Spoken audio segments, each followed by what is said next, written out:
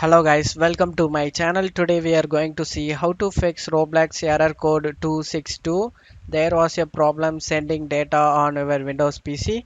Let's fix it guys.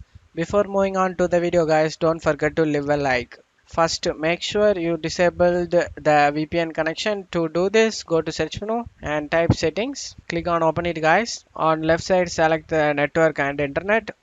On right side you just need to select the VPN, and if you are connected to any VPNs you just need to disable your VPN connection guys. If you are using it, after disabling it, close out of here, open up browser you are using it. In my case I will use Chrome guys.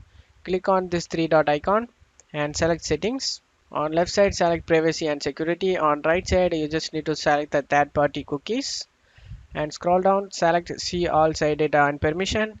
In here you just need to search for Roblox. Click on the trash icon and clear it guys. Now log in to your Roblox account and now check your problem resolved or not. If this solution doesn't work for you, let's move on to the second solution guys. Second solution is to delete the cache files of the Roblox. To do this, right click on the start icon, select run. In run window you just need to type percentage local app data percentage again. Click on OK. Now in here you just need to search for Roblox folder. Right click on it and select delete it guys.